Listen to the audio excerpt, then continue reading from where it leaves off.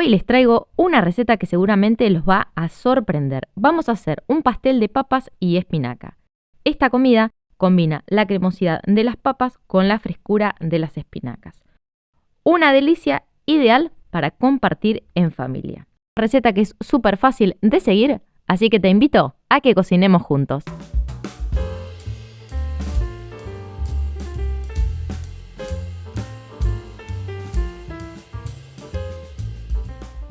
Acá tengo 1 kilo de papas a las cuales, para que no absorban tanta agua, las pueden hervir con cáscara o hacerlas al vapor.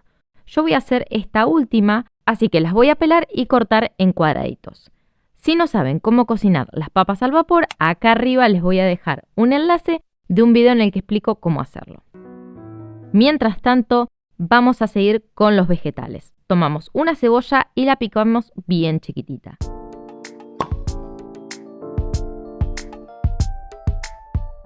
Lo mismo vamos a hacer con 2 cebollas de verdeo. Vamos a picarlas, pero vamos a reservar la parte verde para más adelante.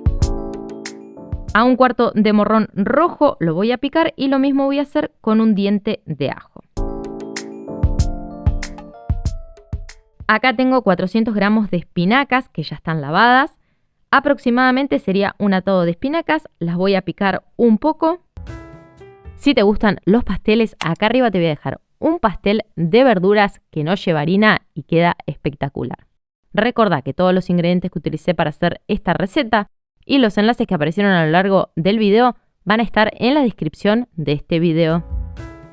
Para cocinar las verduras vamos a tomar una sartén, ponemos un poquitito de aceite, añadimos el ajo, morrón, las cebollas y las cebollas de verdeo. Recuerden agregar solamente la parte blanca de la cebolla de verdeo. La parte verde la vamos a reservar para más adelante.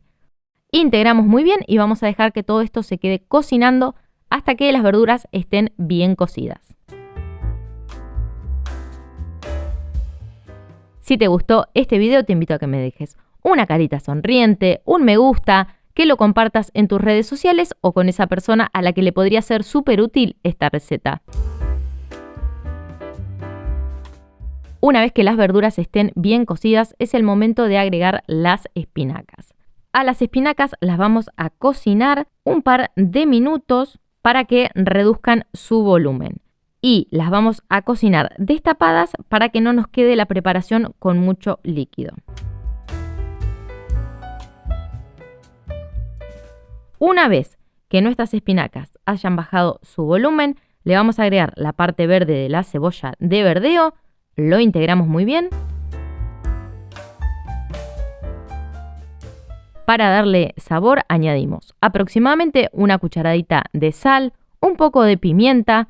Obviamente que acá los condimentos van a gusto de cada uno, así que si algo no les gusta o no lo pueden consumir, lo reemplazan por lo que ustedes prefieran. Apagamos el fuego y vamos a reservar esto un ratito. Mientras tanto vamos a seguir con el puré. Una vez que las papas estén bien blanditas, le agregamos un pedazo de manteca y con la ayuda de un pisapapa vamos a formar este puré.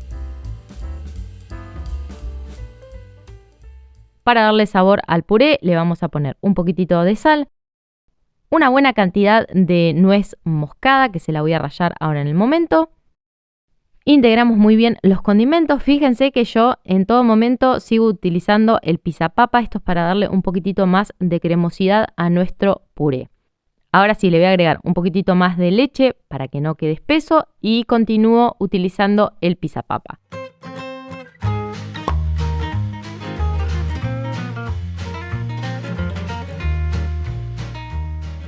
Una vez que el puré tenga una buena consistencia, vamos a empezar a armar el pastel.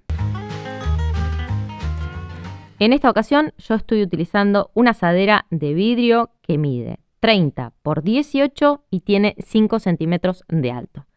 A esta asadera la voy a enmantecar muy bien. Sobre la base vamos a poner aproximadamente la mitad de nuestro puré de papas y lo vamos a distribuir muy bien.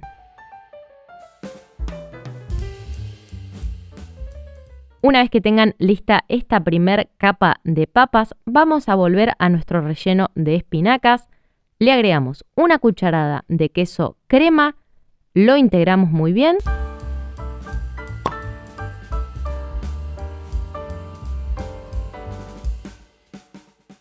Cuando tengan este paso listo, volvemos al pastel de papa y hacemos una capa con estas espinacas.